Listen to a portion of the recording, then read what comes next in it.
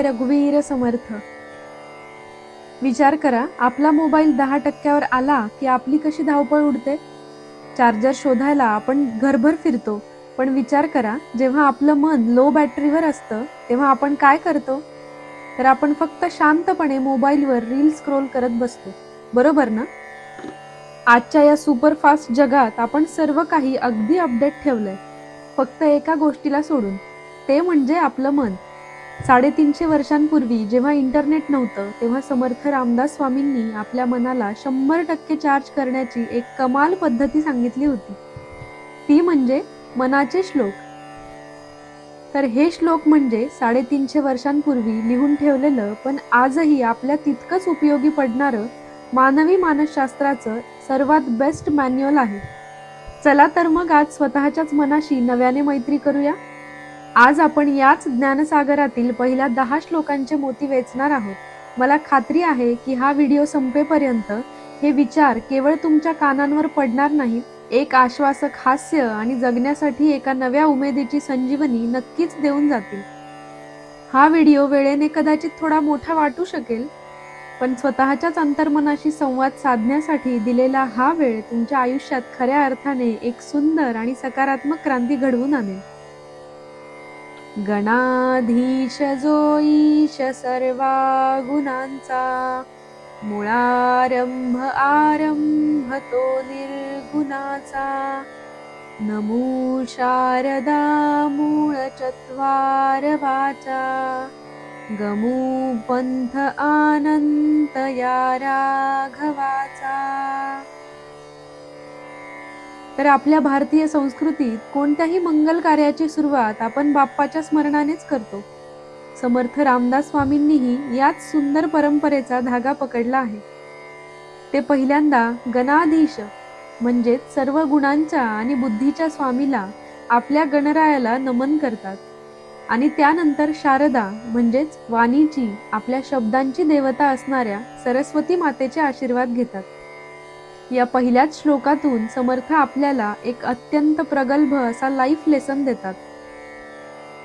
तो म्हणजे आयुष्यात कोणत्याही नव्या पर्वाची सुरुवात करताना जर तुमच्या विचारांमध्ये स्थिरता आणि तुमच्या बोलण्यात स्पष्टता असली, तर ध्येयाकडे जाणारा तो आनंद पंथ म्हणजेच यशाचा मार्ग आपोआप सोपा आणि प्रकाशमान होतो. मना सज्जना भक्ती पंथेची जावे, तरी श्रीहरी पाविजे तो स्वभावे, जनी निंद्यते सर्व सोडून द्यावे, जनी वंद्यते सर्व भावे करावे. तर आधुनिक मानसशास्त्रात ज्याला आपण पॉझिटिव्ह अफर्मेशन्स किंवा माइंड प्रोग्रामिंग म्हणतो, त्याचा हा जगातला सर्वात सुंदर आणि प्राचीन नमुना आहे. इथे समर्थ मनाला अरे चंचल मना किंवा अरे वेड्या असं न रागावता मना सज्जना अशी अत्यंत सकारात्मक आणि गोड हाक मारतात. तुम्ही तुमच्या मनाला जशी सवय लावाल तसं ते घडत जातं. माझं मन मुळातच खूप चांगलं आणि सज्जन आहे, हे जेव्हा आपण स्वतःला वारंवार सांगतो, तेव्हा तेच पॉझिटिव्ह प्रोग्रामिंग आपल्या वागण्यातून दिसू लागतं. पुढे ते सांगतात की ज्या वाटेवर चालल्याने इतरांना त्रास होतो, ज्या गोष्टीतून नकारात्मकता वाढते, अशा निंद्य गोष्टींचा कोणताही विचार न करता त्याग करा, आणि या उलट ज्या कृतीतून इतरांच्या आयुष्यात आनंद येतो, अशी समाजासाठी वंदनीय असणारी सत्कर्मे अत्यंत भावपूर्ण अंतःकरणाने करा. तर आजच्या या ओव्हर इन्फॉर्मेशनच्या गोंधळात नेमकं काय करावं यापेक्षा काय करू नये हे ज्याला समजलं तोच खऱ्या अर्थाने जिंकला. हाच तो जीवनातला सर्वात मोठा स्मार्टनेस आहे. अशा या स्वच्छ आणि सकारात्मक वाटेवरून आपण चालत राहिलो तर आयुष्यात आंतरिक शांती आणि यश अगदी सहजपणे चालून येतं. आणि मंडळी, यावरूनच मला तुम्हाला विचारायचं आहे आपला आजचा पहिला प्रश्न. समर्थांनी सांगितलंय की जनी निंदते सर्व सोडून द्यावे, म्हणजे चुकीच्या गोष्टी सोडून द्या. तर मला सांगा, आजच्या या सोशल मीडियाच्या आणि धावपळीच्या जगात अशी कोणती एक सवय किंवा गोष्ट आहे जी आपण सर्वांनी आजच्या आज सोडून दिली पाहिजे असं तुम्हाला वाटतं? तुमचं उत्तर खाली कमेंट करून नक्की सांगा. ज्याच्या कमेंट्सला सर्वात जास्त लाईक्स मिळतील तो असेल आपला आजचा विनर आणि त्याचं उत्तर मी पुढच्या व्हिडिओमध्ये स्क्रीनवर नक्की दाखवेन. बघूया कोणाचं उत्तर सर्वात जास्त लोकांना रिलेट होतंय. प्रभाते मनी राम चिंतित जावा, पुढे वैखरी राम आधी वदावा. सदाचार हा थोर सांडून येतो, जनी तोची तो मानवी धन्य होतो. तर आजकाल आपली सकाळ कशी होते? तर अलार्म बंद करायचा आणि थेट व्हॉट्सॲप किंवा सोशल मीडियाचे नोटिफिकेशन्स चेक करायचे, म्हणजेच आपला दिवस सुरू होतो तोच मुळी जगाच्या गोंधळाने. पण समर्थ इथे आपल्याला जगातील सर्वात पॉवरफुल मॉर्निंग रुटीन देतात. ते सांगतात, सकाळी उठल्याबरोबर मनात एका सकारात्मक आणि पवित्र ऊर्जेचं, रामाचं चिंतन करा आणि त्यानंतर मुखातून पहिला शब्द अतिशय मंगल आणि ईश्वराचा असावा. दिवसाची पहिलीच फ्रिक्वेन्सी जर अशी पॉझिटिव्ह सेट झाली तर तुमचा संपूर्ण दिवस आपोआपच शांत आणि सुंदर जातो. पुढे समर्थ सदाचाराचे महत्त्व सांगतात. तर श्रीमद भगवद्गीतेच्या 16व्या अध्यायात भगवान श्रीकृष्णांनी माणसाच्या ज्या दैवी संपत्ती, डिवाइन क्वालिटीज बद्दल सांगितलं आहे, तोच हा सदाचार. समर्थ म्हणतात की हा सदाचार म्हणजेच तुमचं प्रामाणिक आणि शुद्ध वागणं. हा तुमचा जगातला सर्वात मोठा पर्सनल ब्रँड आहे. तो कधीही सोडू नका, कारण शेवटी माणसाचे कपडे किंवा पैसा नाही, तर त्याचा सदाचारच त्याला या जगात खऱ्या अर्थाने धन्य आणि महान बनवतो. मना वासना दुष्ट कामान ये रे, मना सर्वथा पाप बुद्धी नको रे. मना धर्मता नीती सोडू नको हो, मना अंतरी सार विचार राहो. आता आपण चौथ्या श्लोकाकडे आलो आहोत, पण त्याआधी मला तुम्हाला एक अगदी प्रामाणिक प्रश्न विचारायचा आहे. कधी कधी आयुष्याच्या रेसमध्ये शॉर्टकट मारून किंवा एखाद्याला थोडं साईडला करून पुढे जाण्याचा मोह आपल्याला होतोच ना. त्याने माझ्यासोबत असं केलं, मग मी पण तसंच वागणार, असा विचार मनात येतोच, बरोबर? जर असं कधी होत असेल तर समर्थांचा हा चौथा श्लोक यासाठीच आहे. इथे समर्थ आपल्याला आपल्याच विचारांचं स्टिअरिंग व्हील म्हणजेच सेल्फ कंट्रोल स्वतःच्या हातात घ्यायला शिकवतात. ते अतिशय स्पष्टपणे सांगतात की दुसऱ्याचं नुकसान करण्याची किंवा त्याला खाली खेचण्याची ती दुष्ट वासना शेवटी आपल्याच पायावर कुऱ्हाड मारते. ते म्हणतात, हे मना, परिस्थिती कितीही कठीण असली तरी तुझी नीतिमत्ता आणि तुझं कर्तव्य, तुझा धर्म तू कधीही सोडू नकोस. जे खरं आहे, जे शाश्वत आहे, त्याचाच सार विचार हृदयात जतन कर. थोडक्यात सांगायचं तर आयुष्यात कितीही मोठी वादळे आली तरी ज्या झाडाची मुळे जमिनीत खोलवर रुजलेली असतात, ते झाड कधीच उन्मळून पडत नाही. हा सार विचार म्हणजेच आपली ती मुळे आहेत.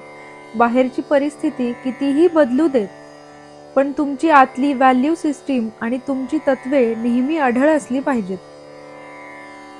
आजकाल द सिक्रेट किंवा लॉ ऑफ अट्रॅक्शन या विषयांवर जगभरात हजारो पुस्तके लिहिली जात आहेत. मॅनिफेस्टेशन हा आजच्या काळातला अत्यंत परवलीचा आणि ट्रेंडिंग शब्द आहे. मना पाप संकल्प सोडून द्यावा, मना सत्य संकल्प जीवी धरावा. मना कल्पना ते नको विषयांची, विकारे घडे हो जनी सर्वचीची. तर समर्थ म्हणतात, मना पाप संकल्प सोडून द्यावा. आपण अनेकदा काय करतो, माझं काही खरं नाही, मला हे जमणारच नाही, किंवा माझ्या बाबतीत नेहमी वाईटच होतं, असे निगेटिव्ह विचार करून आपण नकळत वाईट गोष्टी आपल्या आयुष्यात मॅनिफेस्ट करत असतो. तर समर्थ म्हणतात, स्वतःच्या मनातील हे सगळे निगेटिव्ह विचार आजच अनसबस्क्राईब करा. त्याऐवजी सत्य संकल्प म्हणजे चांगल्या, सत्याच्या आणि सकारात्मक गोष्टींचा विचार हृदयात रुजवा. आपण जसा विचार करतो तसे आपण बनत जातो. आणि पुढच्या ओळीत ते एक मोठा रेड फ्लॅग दाखवतात.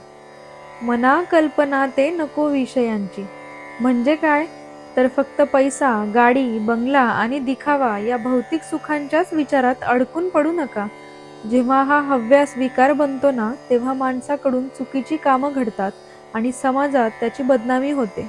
म्हणूनच फक्त खोट्या सक्सेसच्या मागे धावण्यापेक्षा आयुष्यात खऱ्या समाधानाचा पासवर्ड शोधायला शिका.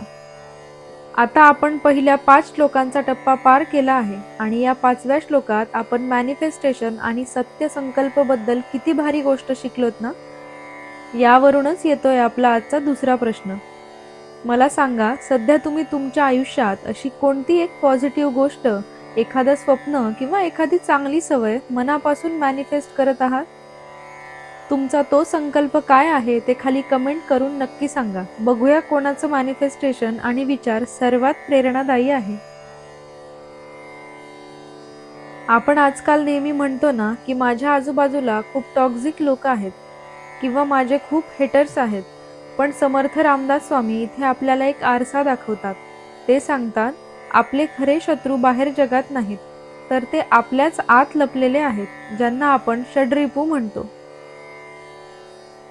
नको रे मना क्रोध हा खेदकारी, नको रे मना कामना ना विकारी, नको रे मना लोभ हा अंगीकारू, नको रे मना मत्सरू दंभ भारू.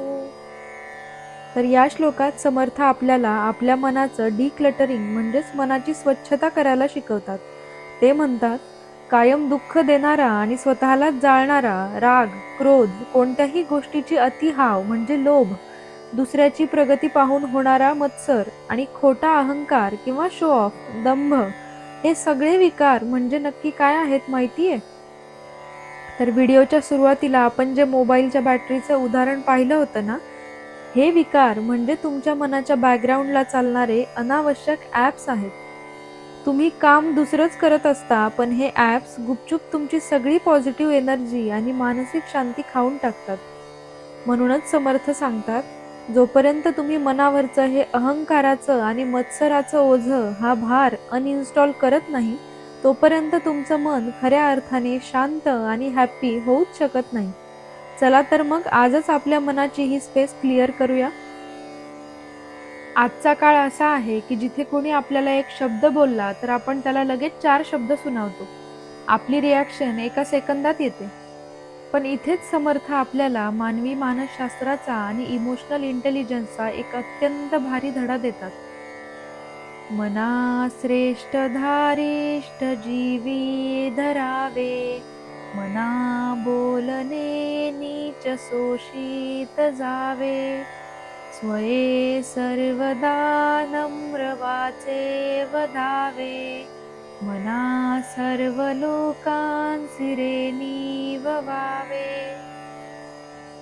तर समर्थ म्हणतात, मना श्रेष्ठ धारिष्ठ जीवी धरावे म्हणजे काय? तर जेव्हा कोणी आपल्याला मुद्दामून दुखवण्यासाठी वाईट किंवा अपशब्द बोलतं, तेव्हा लगेच रिॲक्ट न होता एक दीर्घ श्वास घेऊन शांत राहण्याचं प्रचंड धैर्य आपल्या हृदयात बाळगा.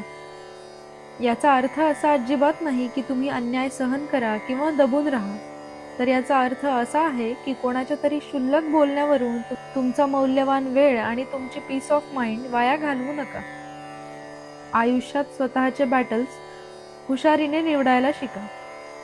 आणि पुढे ते किती सुंदर सांगतात पहा, स्वये सर्वदा नम्र वाचे वदावे, मना सर्व लोकांसिरे नीववावे.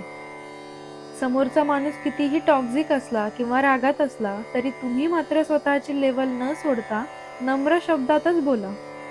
तुमची ही शांतता आणि तुमचं हे गोड वागणं इतकं पॉवरफुल असू द्या की समोरच्या माणसाच्या रागाची आगही तुमच्या नम्रतेच्या पाण्याने तिथेच शांत झाली पाहिजे. हाच खरा मनाचा मोठेपणा आहे. देहे त्यागिता कीर्ती मागे उरावी, मना सज्जना हेची क्रिया धरावी, मना चंदनाचे परित्वा झिजावे, परी अंतरी सज्जनानी ववावे. तर संपूर्ण मनाचे श्लोक या ग्रंथातील हा माझा सर्वात लाडका आणि हृदयाच्या सर्वात जवळचा श्लोक आहे. आज आपण सर्वजण केवळ सक्सेस मिळवण्याच्या मागे धावतोय, पण स्वतःची लिगसी, आपला वारसा मागे सोडण्याबद्दल आपण किती जण विचार करतो? खऱ्या अर्थाने जगणं कशाला म्हणतात, याचं सर्वात सुंदर उत्तर समर्थ या श्लोकात देतात. ते म्हणतात, देहे त्यागिता कीर्ती मागे उरावी. एक ना एक दिवस हा देह तर नष्ट होणारच आहे, हे त्रिकालाबाधित सत्य आहे. पण जेव्हा आपण हे जग कायमचे सोडून जाऊ, तेव्हा मागे काय उरलं पाहिजे? आपला बँक बॅलन्स? नाही, तर मागे उरली पाहिजे ती आपली कीर्ती, आपली सत्कार्ये आणि लोकांनी आपल्याबद्दल काढलेली एक प्रेमाची गोड आठवण. त्यासाठी समर्थांनी चंदनाचं किती सुरेख उदाहरण लिहिलंय पहा. मना चंदनाचे परित्वा झिजावे. चंदनाचं लाकूड स्वतः झिजतं, स्वतःला घासून घेतं, पण तरीही ते जगाला फक्त आणि फक्त सुगंध आणि शीतलताच देतं. अगदी तसंच केवळ स्वतःच्या स्वार्थासाठी जगण्यापेक्षा समाजासाठी आणि दुसऱ्यांच्या भल्यासाठी आपण थोडं तरी उपयुक्त ठरलं पाहिजे. नुसतं स्वतःपुरतं जगून आयुष्य संपवणं म्हणजे लाईफ नाही, तर जाताना कोणाच्या तरी आयुष्यातला सुगंध आणि कोणाच्या तरी चेहऱ्यावरची स्माईल बनून जाणं हेच खऱ्या अर्थाने जगणं आहे.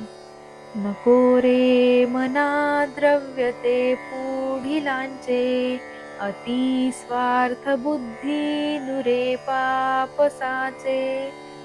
घडे भोगने पाप ते कर्म खोटे, न होता मना सारिखे दुःख मोठे. तर आजकाल आपण कर्म इज बूमरँग असं खूपदा ऐकतो. जे तुम्ही जगाला देता तेच फिरून तुमच्याकडे येतं. 350 वर्षापूर्वी समर्थांनी नेमका हाच निसर्गाचा युनिव्हर्सल लॉ या श्लोकातून सांगितला आहे. आज आपण सोशल मीडियावर दुसऱ्याची गाडी, दुसऱ्याची लाईफस्टाईल किंवा दुसऱ्याचं यश पाहून अनेकदा नकळत स्वतःला कमी लेखतो किंवा एक चुकीची हाव मनात धरतो. पण समर्थ अतिशय स्पष्टपणे सांगतात, नको रे मना द्रव्य ते पुढिलांचे. दुसऱ्याच्या कष्टाच्या किंवा दुसऱ्याच्या वाट्याच्या संपत्तीची आणि यशाची कधीही हाव धरू नका.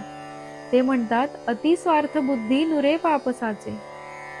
जेव्हा आपण अतिस्वार्थाने किंवा चुकीच्या मार्गाने एखादी गोष्ट मिळवतो, तेव्हा ती गोष्ट आपल्याला तात्पुरतं सुख देईलही, पण त्यासोबत एक खूप मोठा निगेटिव्ह कर्माचा बॅलन्स साचत जातो आणि निसर्गाचा हिशोब एकदम चोख असतो. खोट्या कर्माचं फळ हे आज ना उद्या भोगावंच लागतं.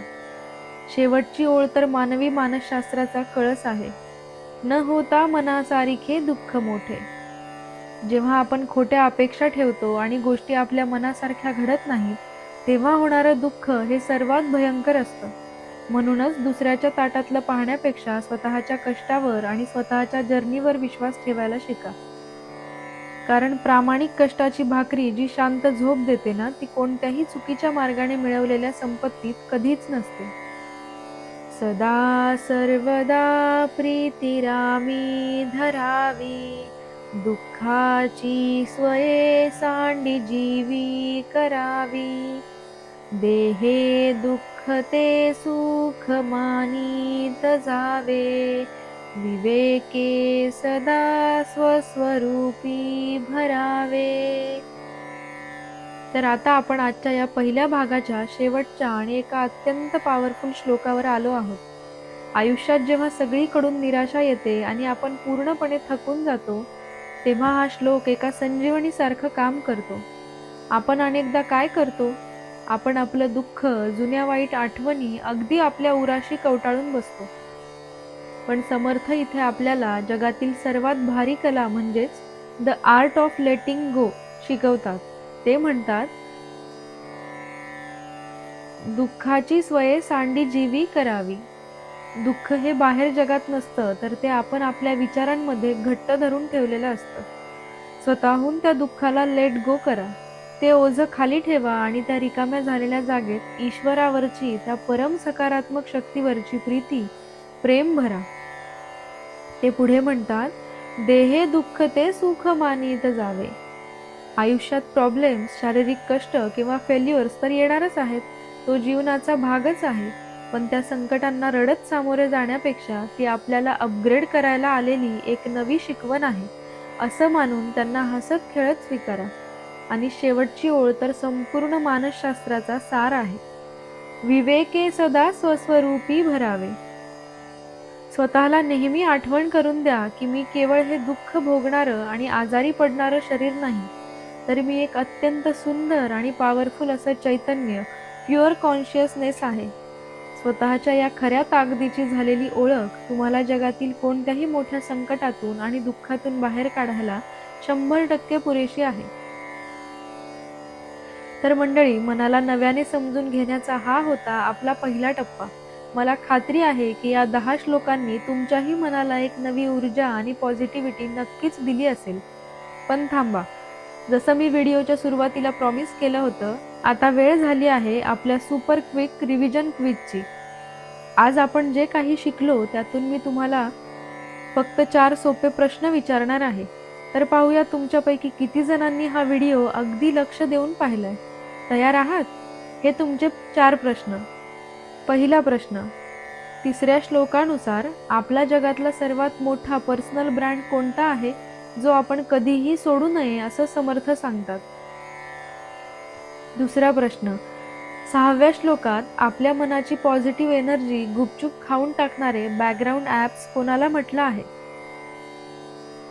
तिसरा प्रश्न, स्वतः झिजून जगाला सुगंध देणाऱ्या कोणत्या झाडाचे किंवा लाकडाचे उदाहरण समर्थांनी आपली लेगसी समजावण्यासाठी दिले आहे? चौथा आणि शेवटचा प्रश्न, 10व्या श्लोकात दुःख विसरण्यासाठी समर्थांनी कोणती भारी कला शिकवली आहे, ज्याला आपण इंग्लिशमध्ये द आर्ट ऑफ डॅश असं म्हणतो? चला, या 4ही प्रश्नांची उत्तरं मला कमेंट सेक्शनमध्ये 1, 2, 3, 4 असे नंबर टाकून पटापट द्या. जर आजचा हा वेळ तुम्हाला सार्थकी लागला असं वाटत असेल तर व्हिडिओला एक लाईक नक्की करा आणि तुमच्या जवळच्या लोकांसोबत, खास करून आपल्या मित्रमैत्रिणींसोबत हा व्हिडिओ जास्तीत जास्त शेअर करा. आणि हो, आपल्या चॅनलला सबस्क्राईब करायला अजिबात विसरू नका. पुढच्या भागात आपण पाहणार आहोत पुढचे 11 ते 20 श्लोक. जय जय रघुवीर समर्थ. तुम्ही कधी एक गोष्ट नोटीस केली आहे का? आपण जेव्हा लहान होतो तेव्हा आपण छोट्या छोट्या गोष्टींमध्ये किती खुश असायचो. पण जसे जसे आपण मोठे झालो तसं तसं ओव्हर थिंकिंग आणि स्ट्रेसने आपल्या आयुष्यात कधी एंट्री मारली हे आपल्याला समजलंच नाही. तुम्हालाही असं वाटतं का की सगळ्यांचं आयुष्य किती भारी चाललंय आणि फक्त माझ्याच आयुष्यात एवढे प्रॉब्लेम्स का आहेत? जर हो, तर आजचा हा व्हिडिओ तुमच्यासाठी एका मॅजिक पिल सारखा काम करणार आहे. नमस्कार मंडळी, मी दिव्या वालवडकर तुमच्या सर्वांचं मनापासून स्वागत करते मनाचे श्लोक सिरीजच्या या दुसऱ्या भागात. तर आज आपण पाहणार आहोत श्लोक 11 ते 20, जे तुमच्या विचारांची दिशा पूर्णपणे बदलून टाकतील. जनी सर्व सुखी असा कोण आहे, विचारे मना तुची शोधून पाहे. मनात वांचिरे पूर्व संचित केले, तया सारिखे भोगणे प्राप्त झाले. आपण रोज सकाळी उठल्या उठल्या इंस्टाग्राम उघडतो आणि पाहतो की कोणीतरी नवीन गाडी घेतलीये, कोणीतरी परदेशात फिरायला गेलंय, तर कोणाची तरी प्रमोशनची स्टोरी आहे. हे बघून आपण नकळत स्वतःला दुःखी करून घेतो. आपण आपली तुलना त्यांच्या हायलाईट्सशी करतो आणि स्वतःच्या बिहाइंड द सीन्सशी करतो. पण समर्थ आपल्याला इथे एक अत्यंत आरसा दाखवणारा प्रश्न विचारतात. अरे मना, मला शोधून सांग, या जगात 100% सर्वार्थाने सुखी असा कोण आहे? खूप खोलवर विचार केला तर लक्षात येईल की प्रत्येकाच्या आयुष्यात काहीतरी कमी नक्कीच आहे. कुणाकडे पैसा आहे तर आरोग्य नाही, कोणाकडे करिअरची चिंता आहे, कोणाचंही आयुष्य हे परफेक्ट नसतं. फक्त आपल्याला ते बाहेरून तसं दिसतं. समर्थ पुढे म्हणतात, मनात वांचिरे पूर्वसंचित केले. म्हणजे आज आपल्या आयुष्यात जे काही घडतंय ते आपल्याच भूतकाळातील कर्मांचं पूर्वसंचित फळ आहे. हा मुद्दा समजून घेतल्यावर आपण दुसऱ्यांचा द्वेष करणं आणि त्यांच्या आयुष्याकडे बघून स्वतःला कमी लेखणं सोडून देऊ. इथे एक गोष्ट लक्षात घ्या, जर दुसऱ्याचं आयुष्य खूप सुंदर दिसत असेल तर त्याचा अर्थ असा नाही की तुम्ही अपयशी आहात. याचा अर्थ फक्त इतकाच आहे की तुमची स्टोरी अजून लिहून पूर्ण व्हायची आहे.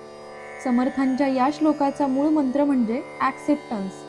स्वतःच्या परिस्थितीचा आणि स्वतःच्या प्रवासाचा आनंदाने स्वीकार करा. कारण निसर्गाने प्रत्येकाला एक युनिक स्क्रिप्ट दिलेली आहे. झाडावरची सगळी पानं जशी सारखी नसतात, तसंच प्रत्येकाचं आयुष्यही सारखं असू शकत नाही. त्यामुळे स्वतःची तुलना दुसऱ्यांशी करणं आजच थांबवा आणि आपल्या स्वतःच्या प्रवासावर लक्ष केंद्रित करा, कारण तुमची स्टोरी खूप युनिक आणि सुंदर आहे. मना मानसी दुःख आणू नको रे, मना सर्वथा शोक चिंता नको रे, विवेके देह बुद्धी सोडून द्यावी, विदेहीपणे मुक्ती भोगीत जावी. तर हा श्लोक म्हणजे 350 वर्षांपूर्वी दिलेला अँझायटी रिलीफचा सर्वात जुना आणि प्रभावी फॉर्म्युला आहे. आजच्या काळात आपण ज्याला ओव्हर थिंकिंग म्हणतो, त्यावर समर्थांनी इथे थेट उपाय सुचवला आहे. समर्थ अगदी एका मोठ्या मित्रासारखा आपल्याला समजावत आहे. अरे मना, तू स्वतःहून दुःख का ओढवून घेतोस? व्यर्थ चिंता का करतोस?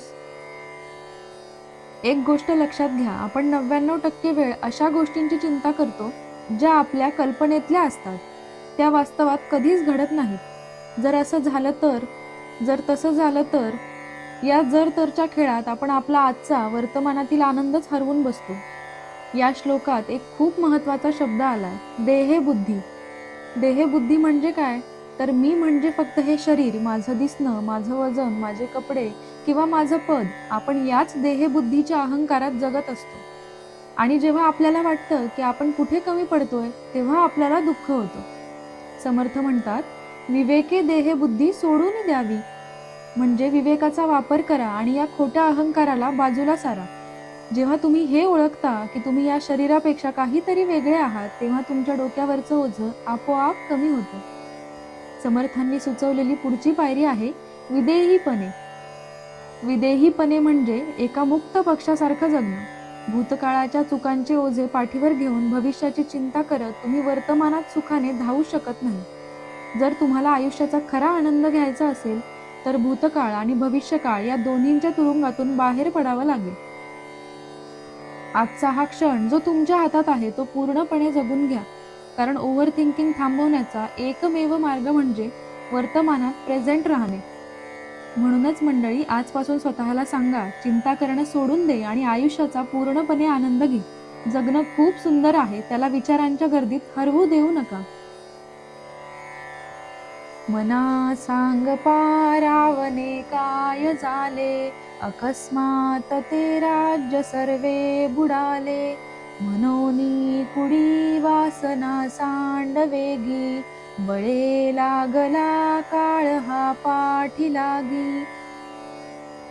तर जेव्हा आपल्याला आयुष्यात थोडं यश मिळतं, पद मिळतं किंवा 4 पैसे हातात येतात, तेव्हा नकळत आपल्या स्वभावात बदल होतो.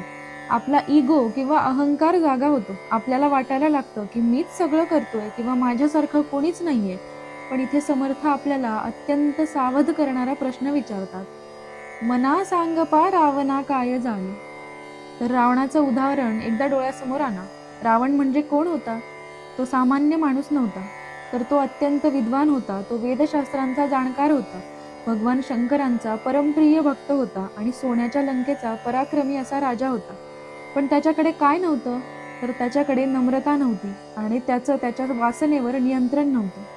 एका चुकीच्या अहंकारामुळे आणि वासनेमुळे ज्या सोन्याच्या लंकेचा तो राजा होता, ती संपूर्ण लंका क्षणार्धात जळून भस्म झाली. समर्थ म्हणतात, अकस्मात ते राज्य सर्वे बुडाले. म्हणजे विनाश होण्यासाठी खूप वेळ लागत नाही, तो अकस्मात येतो.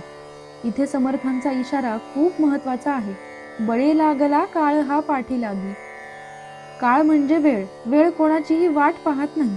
आज तुम्ही यश मिळवलंय हे खूप छान आहे, पण यश मिळवणं सोपं असतं, पण ते पचवणं मात्र कठीण असतं. अहंकार माणसाला आंधळं बनवतो, ज्यामुळे त्याला स्वतःच्या चुका दिसत नाहीत. यश मिळाल्यावर आपण किती वर पोहोचलो आहोत हे पाहण्यापेक्षा आपण किती जमिनीवर ग्राउंडेड आहोत हे पाहणं जास्त गरजेचं असतं. अहंकाराला खत पाणी घालण्यापेक्षा नम्रतेला खत पाणी घाला, कारण ज्या माणसाच्या मनात नम्रता असते त्यालाच हे यश दीर्घकाळ टिकवता येतं. म्हणून तुमच्या मनात जर थोडा जरी अहंकार किंवा चुकीच्या वासना घर करत असतील, तर समर्थांच्या भाषेत त्या सांडवेगी म्हणजे त्वरित सोडून द्या. लक्षात ठेवा, नम्रता ही तुमच्या यशाची खरी सुरक्षा कवच आहे. जोपर्यंत तुम्ही नम्र आहात, तोपर्यंत काळही तुमचं काही बिघडवू शकत नाही. तर आतापर्यंत आपण 3 श्लोक पाहिले. यावरूनच मला तुम्हाला एक प्रश्न विचारायचा आहे. आपण सगळेच कधी ना कधी कंपॅरिझन करतो. तर मला कमेंट करून सांगा, आजपासून तुम्ही अशी कोणती एक गोष्ट आहे जिच्या बाबतीत स्वतःची दुसऱ्यांशी तुलना करणे 100% थांबवणार आहात? उदाहरणार्थ दिसण्यावरून, पैशावरून किंवा करिअरवरून. नक्की कमेंट करा. मी सगळ्या तुमच्या कमेंट्स वाचतीये. जीवा कर्मयोगे जनी जन्म झाला, परी शेवटी काळमुखी निमाला. महाथोर ते मृत्युपंथेची गेले, किती एक ते जन्मले आणि मेले. मना पाहता सत्य हे मृत्युभूमी, जिता बोलती सर्व ही जीव मी. चिरंजीव हे सर्व ही मानिताती, अकस्मात सांडून या सर्व जाती. तर हे 2 श्लोक वाचल्यावर कदाचित तुम्हाला वाटेल की यात मृत्यूचा उल्लेख आहे, म्हणून हे थोडे भीतीदायक आहेत का? पण खरं सांगू, हे श्लोक आपल्याला मरण नव्हे तर भरभरून जगण्याची प्रेरणा देतात. समर्थ रामदास स्वामी अतिशय स्पष्टपणे म्हणतात की हे जग मृत्यूभूमी आहे. इथे जन्म घेतलेल्या प्रत्येकाला एक ना एक दिवशी हा प्रवास संपवावाच लागणार आहे. आपल्या आधी अनेक महान राजे, योद्धे, श्रीमंत व्यक्ती होऊन गेले. ते आज कुठे आहेत? तर ते सुद्धा काळाच्या ओघात निघून गेले. किती एक ते जन्मले आणि मेले. ही साखळी अनादी काळापासून चालू आहे. पण गंमत बघा, आपण माणसं किती भाबडे आहोत. आपण जणू इथे अमर राहण्यासाठीच आलो आहोत, अशा थाटात आपण जगत असतो. श्लोक 15 मध्ये समर्थ म्हणतात, जिता बोलती सर्व ही जीव मी. आपण सतत मी आणि माझे या खोट्या अहंकारात अडकलेले असतो. आपण आपल्या मालमत्तेला, पदाला आणि नात्यांना इतकं घट्ट धरून ठेवतो की जणू हे सगळं आपल्यासोबत कायमचं राहणार आहे. पण समर्थ इशारा देतात, अकस्मात सांडून या सर्व जाती. जेव्हा काळ येतो तेव्हा ही सगळी माझी माझी केलेली माणसं आणि वस्तू आपण इथेच सोडून जातो. जेव्हा आपल्याला हे सत्य समजतं की आपण या जगात फक्त पाहुणे आहोत, तेव्हा काय होतं माहितीये? तर तेव्हा आपल्या आयुष्यातला स्ट्रेस कमी होतो. आपण छोट्या छोट्या गोष्टींवरून भांडणे, राग, रुसवे, फुगवे सोडून देतो. जो माणूस आपल्याला आज काहीतरी बोलला त्याच्यावर रागवण्यापेक्षा आपल्याला वाटतं, अरे हे किती नगण्य आहे, उद्या हे सगळं राहून जाणार आहे, मग आज तरी प्रेम का करू नये? जेव्हा मृत्यूचं हे सत्य डोळ्यासमोर असतं तेव्हा आपण माणसांवर खऱ्या अर्थाने प्रेम करायला लागतो. आपण आपल्या कामाला उद्देश देतो. हा श्लोक आपल्याला सांगतो की आयुष्य खूप छोटं आहे, ते तक्रार करण्यात नाही तर आनंदात, कृतज्ञतेत आणि प्रेमात घालवा. म्हणूनच आजच्या दिवसाची सुरुवात करताना स्वतःला सांगा, मी आजच्या दिवसाचा आनंद घेणार आहे, कारण हा क्षण परत कधीही येणार नाही. मरे एक त्याचा दुजा शोक वाहे, अकस्मात तोही पुढे जात आहे. पुरेना जनी लोभरे क्षोभ त्याते, म्हणून जनी मागुता जन्म घेते. तर माणसाच्या लोभाला कधीच अंत नसतो. आपण सगळे एका अशा शर्यतीत धावत आहोत जिची कोणतीही फिनिश लाईन नाहीये. या श्लोकाच्या पहिल्या 2 ओळींकडे नीट लक्ष द्या. मरे एक त्याचा दुजा शोक वाहे, अकस्मात तोही पुढे जात आहे. समर्थ किती मोठं सत्य अगदी साध्या शब्दात सांगत आहेत. आपण जेव्हा एखाद्याच्या अंत्यदर्शनाला जातो तेव्हा आपण खूप रडतो, शोक करतो. तिथे गेल्यावर आपल्याला वाटतं, काय आहे या आयुष्यात, सगळं इथेच सोडून जायचं आहे. याला आपल्या मराठीत स्मशान वैराग्य म्हणतात. पण घरी आलो की दुसऱ्याच दिवसापासून आपण परत त्याच गोष्टींसाठी भांडायला लागतो. पैशांसाठी, प्रॉपर्टीसाठी, इगोसाठी. आपण हे पूर्णपणे विसरून जातो की जो माणूस आज गेलाय, उद्या त्याच रांगेत आपलाही नंबर लागणार आहे. आपण इथे कायमचं राहायला आलेलो नाहीयेत. आणि पुढच्या ओळीत समर्थ आपल्या दुःखाचं मूळ कारण सांगतात. पुरेना जनी लोभरे क्षोभ त्याते. माणसाची हाव कधीच पूर्ण होत नाही. आज आपण एक साधी गाडी घेतली की आपल्याला वाटतं आता SUV पाहिजे. एक मोबाईल घेतला की पुढच्या वर्षी त्याचा प्रो, मॅक्स मॉडेल पाहिजे. एक स्वप्न पूर्ण झालं की लगेच दुसरं स्वप्न आपल्याला अस्वस्थ करतं. या अपग्रेडच्या नादात आपण आपल्याकडे जे आहे तो आनंद उपभोगायलाच विसरून गेलो आहोत. तर मंडळी, इथे एक गोष्ट नीट समजून घ्या. समर्थ आपल्याला प्रगती करू नका असं अजिबात सांगत नाहीयेत. आयुष्यात ॲम्बिशन म्हणजे महत्वाकांक्षा असणं खूप गरजेचं आहे. पण महत्वाकांक्षा आणि हाव यामधील फरक आपल्याला समजला पाहिजे. प्रगती तुम्हाला समाधान देते, पण हाव तुम्हाला सतत चिडचिड आणि अस्वस्थ बनवतो. म्हणूनच आज स्वतःला एक प्रश्न विचारा, माझ्यासाठी इनफ काय आहे? कोणत्या गोष्टीला, कोणत्या टप्प्यावर आता बास म्हणायचे हे ज्याला समजले ना, तोच या जगातला सर्वात श्रीमंत आणि सुखी माणूस आहे. कारण खरी श्रीमंती बँक बॅलन्समध्ये नाही, तर रात्री मिळणाऱ्या शांत झोपेत आणि समाधानात असते. मनी मानवा व्यर्थ चिंता वहाते, अकस्मात होणार होऊनी जाते. घडे भोगणे सर्व ही कर्मयोगे, मती मंदते खेदमानी वियोगे. तर आजच्या या हाय स्पीड आयुष्यात हा श्लोक म्हणजे 350 वर्षांपूर्वी दिलेला स्ट्रेस मॅनेजमेंटचा एक अचूक फॉर्म्युला आहे. समर्थ म्हणतात, मनी मानवा व्यर्थ चिंता वाहते. आपण रोज किती गोष्टींची उगाच काळजी करत असतो. रिझल्ट कसा लागेल, त्यांनी माझ्याबद्दल काय विचार केला असेल, भविष्यात माझ्या करिअरचं काय होईल, या चिंतांचा डोंगर आपण स्वतःच्याच मनात उभा करतो. पण समर्थ आपल्याला आरसा दाखवतात. अकस्मात होणारं होऊनही जाते. म्हणजे ज्या गोष्टींची तुम्ही चिंता करताय त्यापैकी 90% गोष्टी प्रत्यक्षात कधी घडतच नाहीत, आणि ज्या घडतात त्या तुमच्या हातात नसल्यामुळे तिथे तुमची चिंता काहीच काम करत नाही. उदाहरणार्थ पहा, समजा तुम्ही खूप मेहनतीने एखादा महत्त्वाचा बिझनेस डील किंवा परीक्षेसाठी तयारी केली आहे. आता परीक्षा हॉलमध्ये गेल्यावर किंवा डीलच्या वेळी तुमच्या हातात काय आहे? तर फक्त तुमची एकाग्रता आणि प्रामाणिक प्रयत्न. पण त्यानंतर येणारा निकाल हा अनेक बाह्य गोष्टींवर अवलंबून असतो. समर्थ पुढे म्हणतात, घडे भोगणे सर्व ही कर्मयोगे. जे काही घडतंय ते आपल्या कर्माच्या चक्रानुसार घडत असतं. इथे समर्थांनी एका महत्त्वाच्या शब्दाचा वापर केला, तो म्हणजे मतिमंद. जो माणूस विनाकारण गोष्टींचा शोक करत बसतो, असं का झालं, माझ्याच नशिबात असं का, हे रडगाणं गात बसतो, त्याला समर्थ इथे मतिमंद म्हणतात. कारण तो हे विसरतो की आज जो वियोग किंवा दुःख त्याला जाणवतंय ते बदलणं आता त्याच्या नियंत्रणाबाहेर आहे. यालाच आपण म्हणतो कंट्रोल द कंट्रोलेबल्स. आयुष्यात दोनच प्रकारच्या गोष्टी असतात ज्या आपल्या हातात आहेत: आपले प्रयत्न, आपली मेहनत, आपली शिस्त आणि आपली प्रतिक्रिया. ज्या आपल्या हातात नाहीत त्या म्हणजे लोकांची मते, भविष्यातील अनिश्चितता आणि निकाल. जो माणूस या दुसऱ्या प्रकारच्या गोष्टींबद्दल लेट गो करायला शिकतो तोच खऱ्या अर्थाने शांत राहू शकतो. जेव्हा तुम्ही हे स्वीकारता की माझे 100% प्रयत्न केले आहेत, आता बाकी ईश्वराच्या हाती, तेव्हा तुमचा अर्धा ताण एका क्षणात गायब होतो. त्यामुळे आजपासून रडत बसण्यापेक्षा किंवा चिंतेत जगण्यापेक्षा स्वतःच्या कर्मावर विश्वास ठेवा आणि परिणामाचा मोह सोडा. हेच सुखी आयुष्याचे खरे गुपित आहे. मना राघवे वीन आशा नको रे, मना मानवाची नको कीर्ती तुरे.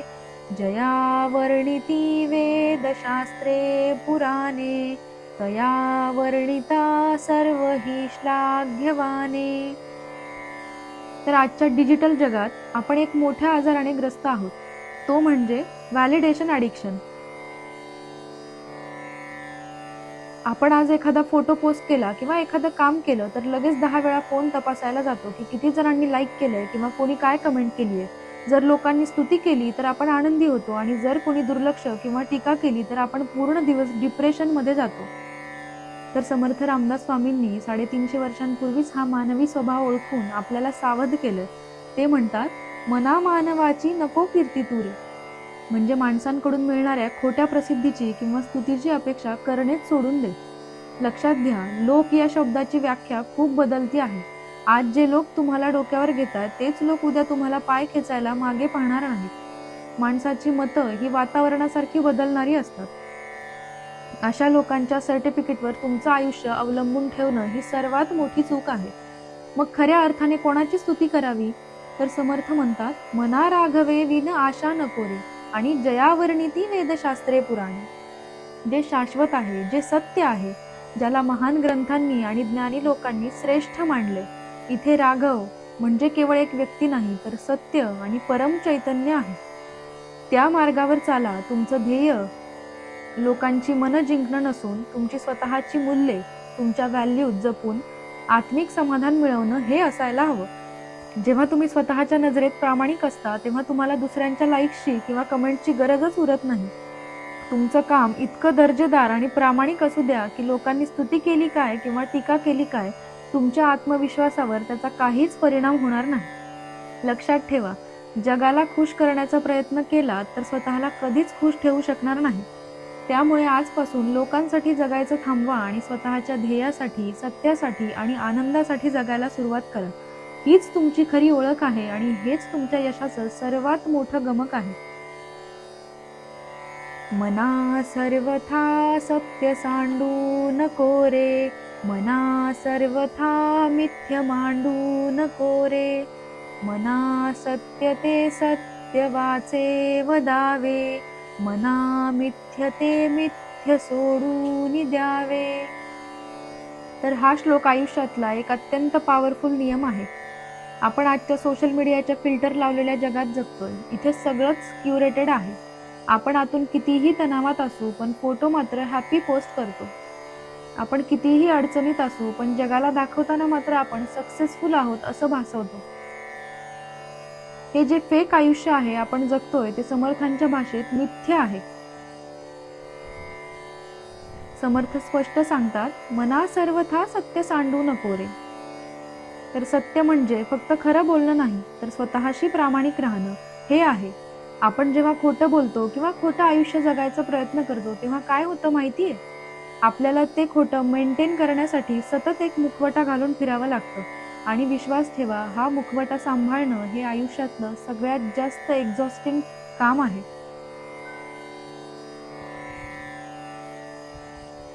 समर्थ म्हणतात, मना मिथ्य ते मिथ्य सोडून द्यावे. अरे मना, हे खोटेपणाचं ओझं खाली ठेव. का? कारण सत्य बोलणाऱ्या माणसाला कधीच काही लक्षात ठेवावं लागत नाही. विचार करा, जर तुम्ही एकदा खोटं बोललात तर ते खोटं लपवण्यासाठी तुम्हाला 10 नवीन खोटं बोलावी लागतात. ही एक कधीही न संपणारी अशी साखळी आहे. पण जेव्हा तुम्ही सत्य स्वीकारता मग तुमची परिस्थिती कठीण का असेना, तेव्हा तुम्ही रिलॅक्स राहता. तुमच्याकडे लपवण्यासारखं काहीच नसतं आणि ज्याच्याकडे लपवायला काहीच नसतं त्याची झोप सर्वात शांत असते. मंडळी, ऑथेंटिसिटी किंवा सत्यता ही आजच्या काळातली सगळ्यात मोठी लक्झरी आहे. जेव्हा तुम्ही जसे आहात तसेच जगायला सुरुवात करता तेव्हा लोक तुमच्यावर प्रेम करायला लागतात, तुमच्या इमेजवर नाही. म्हणूनच आजपासून स्वतःला हे वचन द्या, स्वतःच्या परिस्थितीबद्दल खोटा दिखावा करणार नाही. जसे आहोत तसे राहून आपली प्रगती करू.